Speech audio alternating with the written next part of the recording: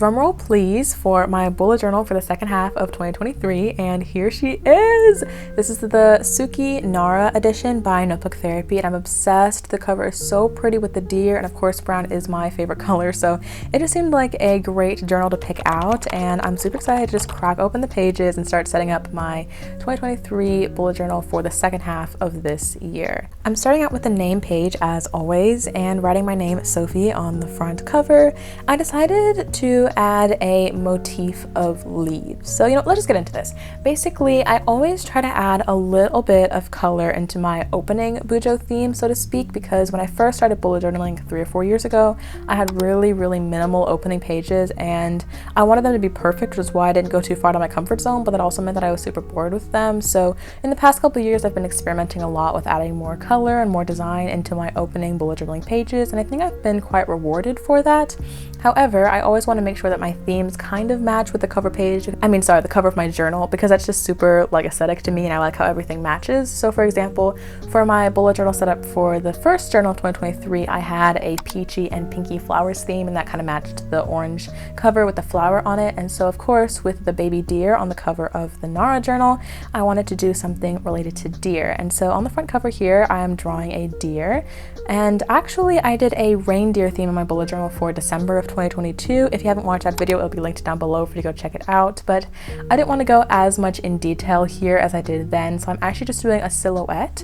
However, if you'll notice, as I'm drawing the antlers up here, they are not normal antlers. I actually wanted to make them into flowers, because if there's not a floral in my theme, I am probably dying. So the antlers have little flowers on them, and then there are little leaves floating around to kind of mirror the image of the baby deer on the front cover with the leaves floating around. I think it matches really well. But I actually, of course, 5 minutes in, had an issue filming, so there's my finished cover page, I guess, with the silhouette. We'll go back at the end of the video at the flip through so you can see it more in depth. But now let's move on to the next page, which is going to be my grid spacing on the left and a general year at a glance on the right. Now these are spreads that I use all the time.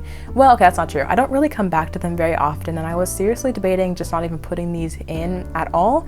However, the grid spacing cheat sheet on the left here is very useful to me when I need to make sure I know how many boxes there are in each page. So I basically have the page numbered horizontally and vertically, and then I'll have little lines that divide it into quarters, halves, and thirds, and this will help me later in the year when I'm trying to make spreads and make sure every box that I draw is evenly symmetrical, etc., etc.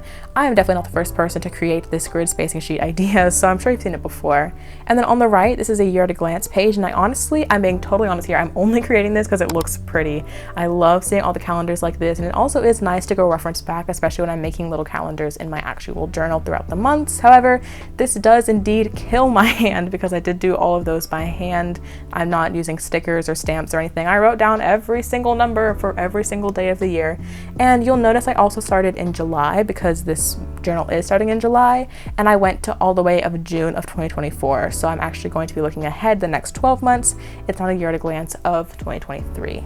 So like I mentioned at the beginning of this video, this is actually a notebook therapy journal and not an art journal journal, and nothing against art journal. I've been using their journals for the past 3 years. I think they're super high quality and I really do love their designs. However, I just felt like for this month I wanted to try something a little different, try out a company that I've 100% used before, but I just haven't used a journal with them before. So I bought this journal. I think it's super great, and I'm going to be doing a journal comparison in the next couple weeks where I compare the art and olive journals to the notebook therapy journals just to see which one I like better. So if you want to see that video, don't forget to subscribe so you don't miss it. But also, I do have a discount code with notebook therapy, absolutely non-sponsored, but it'll be linked in the description box below if you're interested in checking them out.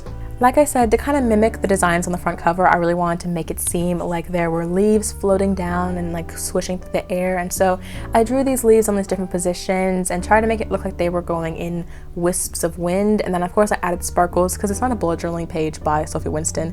If there are no sparkles on it, I'm so sorry. So sparkles everywhere, of course, pulling in my color palette with the browns and the pinks. And with that, this spread is pretty much done. Before we get into the next spread in the setup, I do want to talk about some really exciting package that I just received in the mail a couple days ago. Easy Craft Art sent me a set of stationery that I want to show you guys because I'm going to be using it in this bullet journaling setup in one of the pages. So opening up the box, first we have this gorgeous pair of ornate vintage scissors. They are super cute and I love little designs on them, and they cut just as well as a normal pair of scissors. They're just more aesthetic in my opinion. Next we have this stamp that I've obviously opened before. As you can see, the box was quite messed up, but I think it's so pretty. There are these flowers on them and little cursive words, and it's just perfect.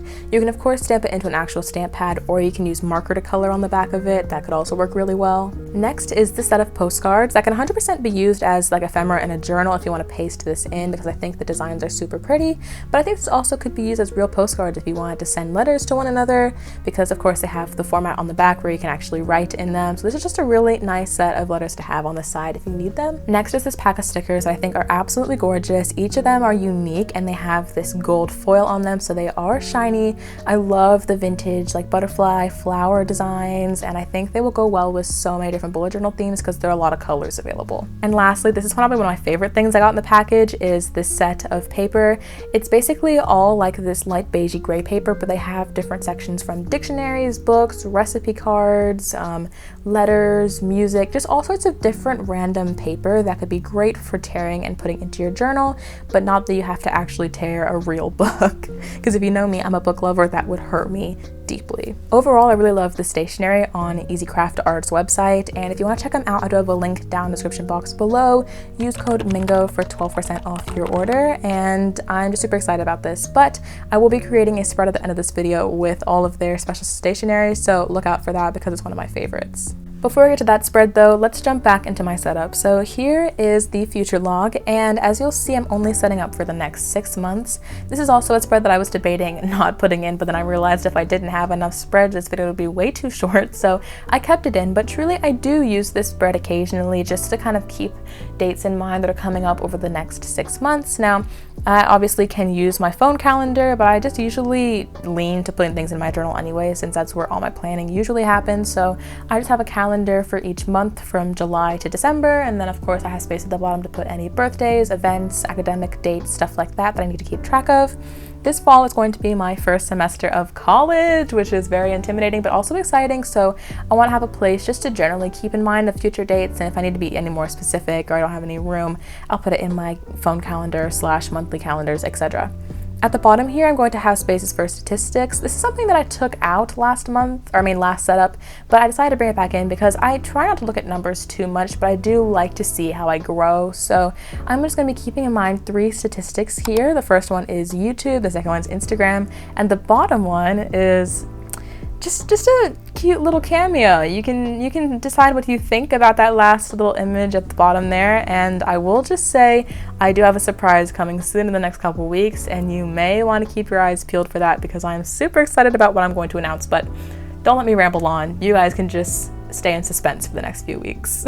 Now, one thing that I kind of was reminded of as I was filming this setup is the color palette and the leaves almost remind me of my Winnie the Pooh theme that I did literally in November of 2020. I was actually filming my setups back then. I'm not sure if this video was published though, because I did unlist quite a few cringy videos from like my very starting of my channel, but basically I had a Winnie the Pooh theme and I used lots of browns and pinks for that theme.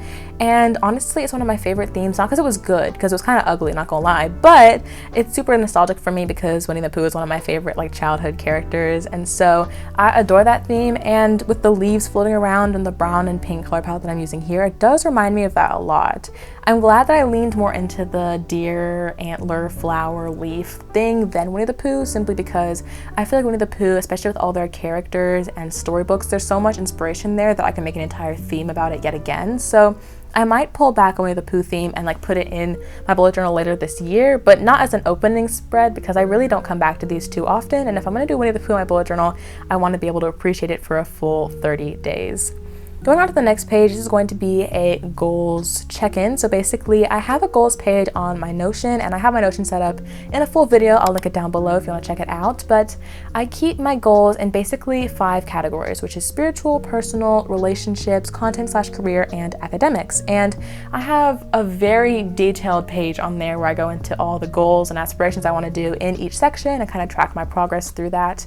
However, I do like having a little representation of that in my bullet journal as well. So in my first setup of this year, I separated my goals into like just main bullet points, and then I also had a letter to the future or letter to future me on the right. But on this page, I basically just want to keep in touch with myself. So as you'll see, I'm gonna have a basic chart with 5 columns and 2 rows. So in the top row of each section, I'll put kind of what I'm looking forward to in the next 6 months. So I'll talk about what I have achieved so far, but also what I need to achieve, what I need to make my priority. And I'll fill in the bottom row at the end of December, just kind of check in and see how I did, how I need to work better in the future at focusing on things, prioritizing, or if I really did accomplish a lot of goals in this section, I'm kind of proud of myself, I'll check in there. Like I said, there's not a lot of room to write in, but most of my stuff is on Notion anyway, so this is just a little place to check in with myself, and I'll definitely come back to it at the end of the year. One callback that I made to the cover page on this spread is keeping in the flowers at the bottom. I think this is supposed to be inspired by baby's breath. First of all, I hate that name for a flower. Oh my gosh. I mean, they're super pretty, but the name baby's breath? Ew. But I feel like this is a super popular flower, super simple. I literally could just draw a little white cotton ball, fluffy shapes, and then put a little bit of tan at the bottom of each to add some shadow. But it also has a similar branch shape to what I think antlers sometimes can look like. So it was a good way to kind of mesh in those together. A great coincidence, if you ask me. But I also think this was a great way to fill up the spread, because without the flowers on the side, like there's only so much leaves can do. And let me tell you, after doing so many pages of it, I was so bored of drawing leaves over and over. They look great, but I was kind of boring. So I'm glad that I added these flowers in, and they're super, super easy to draw. Just draw some sticks with cotton balls at the end and you've got yourself baby's breath. I need to stop saying that in this video. All right, so coming on to another spread that I literally have specific apps for in my phone to replace it, yet I'm still putting it in my bullet journal for the purpose of aesthetics. And that is going to be my book tracker and period/health tracker. I do this every single year. I have these spreads in my journal, and I always have to remind myself to go back and fill them in, because I do have apps on my phone just to replace them that I use more frequently. Like for example, I have a Goodreads and Storygraph account to track like my book stats, what books I'm reading, and my reading challenge goals. By the way, both of them are linked down below. If you want to follow me, I'll follow you back. We can kind of see what books we're reading, but I have that app already in my phone. And then I also have an app that tracks my period, so I really don't need either of these spreads. However, A, they're cute and I love looking at them. B, it's also super fun to kind of keep your memories in your journal. So for specifically the book tracker side, I like going through my journals and seeing what books I was reading at this time. And C, I like making inspiration for you guys watching. So if you guys take any inspiration from these spreads, then that'll be enough reason for me to make them. So on the left, I have a huge chart. Honestly, when I made my spread at the beginning of 2023, my chart was a lot smaller, and I made 23 rows, but I've so far read 26 books, and it is literally June 10th. So I literally had not enough room, so I made sure that there were plenty of rows in this particular chart to possibly go past my reading goal of 50 books in 1 year. Hopefully this will be the year to finally do it. And then on the right, I have a period and health tracker. So usually I just have the simple like 30 dots for each month, circle the dot on your period, etc. But I did want to track more specific health stuff, so I'm gonna have that space at the bottom for a key of all my symptoms, and then I'll just kind of color in the date on that circle when I experience it, etc. And I do like that it's a circle because it symbolizes, you know, a cycle, a month, but also it's just a different spread that I don't use very often. Circles are super hard to draw, as you guys saw me struggling to make sure the lines were straight. But overall, a little extra time, but I think this spread was definitely worth it because it looks super cute. And finally, we're on to this final spread in my journal setup, which is going to be a mood board / inspiration board based on the theme of the journal, Nara, Suki, and deer. So I'm using the stationery from Easy Craft Arts. I kind of just copied the design of a deer from the cover page onto a piece of sticker paper, just really simple. It is kind of like a vector, so it's really easy to just draw. And then using some stationery, specifically some from Easy Craft Arts, I really almost like just wunged this entire spread. I glued in all of the different pieces of paper, specifically that one at the top with a flower. I think it's from a dictionary and I think it's super cute just to have a little bit of words in the background of your like scrapbooky spreads. It always gives it for some texture. Adding some washi tape, and I'm also going to pull out that flower stamp that I was using. I think it's super pretty. I know that I'm really not pressing hard enough because my ink pad is unfortunately kind of dry, so it's not as dark as I wanted it to be, but I do like how it also adds a little bit more depth, a little bit of overlap, a little bit of texture. If you're not new to this channel, you know that's basically my favorite word. Whenever I'm making any sort of scrapbooking page, I love overlap and texture. So doing that, and of course adding my sparkles and leaves throughout the entire spread to kind of pull it back into the theme. I feel like this is a great way to kind of wrap up this setup because it's just like a really simple, just mind relaxing spread to set up, and it really ties in the theme of the cover page and the opening spreads. So I hope you like this video, and like I said before, link below to Easy Craft Arts in the description box and use my code MINGO for 12% off your order.